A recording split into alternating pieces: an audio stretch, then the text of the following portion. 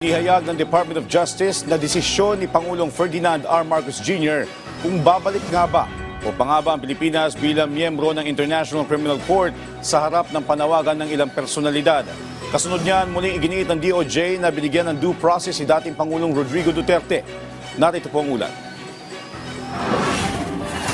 Muling binigyan diin ng Department of Justice na walang nilabag ang law enforcement sa pagsuko kay dating Pangulong Rodrigo Duterte sa International Criminal Court o ICC.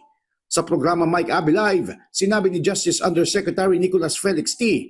na sa loob ng Villamor Air Base noong araw ng pag-aresto, kasama ni dating Pangulong Duterte ang kanyang mga abogado at may doktor din.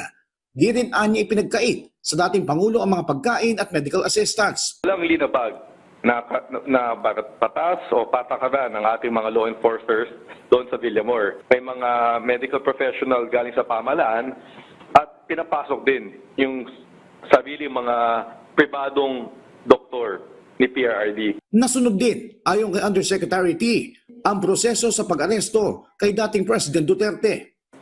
Doon naman sa bago ma-turn over sa ICC, tatlo lang naman yung hiniling sa atin ng ICC. No?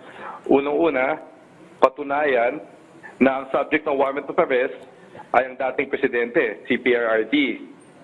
Pangalawa, na habang pinapatupad yung warrant of arrest, lahat ng kanyang karapatan ay ginalang. At pangatlo, ang pagpatupad ng warrant of arrest ay dumaan sa tamang proseso.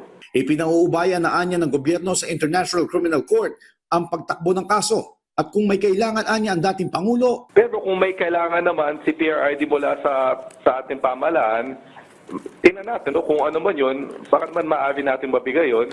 Pero sa ngayon, kung titingnan natin, mukha namang sapat ang nabibigay sa kanya ng ICC at mukha namang sapat ang naaatim niya sa sarili niyang resources, no? Kasi nabalitaan nga natin, bukod sa mga Pilipino abogado niya, meron na din silang na kontrata na banyagang abogado. Ang embahada sa Netherlands nakatutok din, ayon kay T, sa pangangailangan ng dating presidente. Ang muling pagsali ng Pilipinas sa ICC ay nasa desisyon naman anya ni Pangulong Ferdinand R. Marcos Jr. Yung withdrawal natin sa ICC noong 2019, ang epekto noon ay wala na tayong obligasyon sa ICC.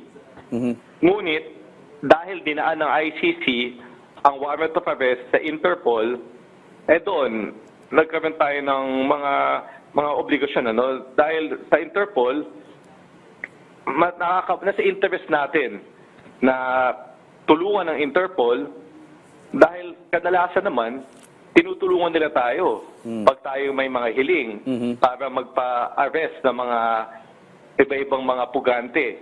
Magandang halimbawa dyan, yung pagtulong sa atin ng Interpol sa pag-aresto kay dating Congressman Arnie Teves.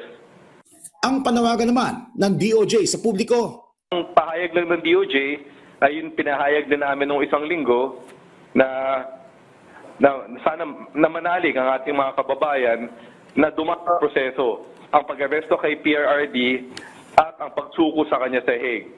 May mga basehan nito sa batas, nasabi ko na nga ang ating pagiging member ng Interpol at ang RA 9851. At yung mga kailangan ng ICC upang may suko si PRRD sa kanila ay pinagtibak naman ng DOJ. Josh Garcia para sa Pambansang TV sa Bagong Pilipinas.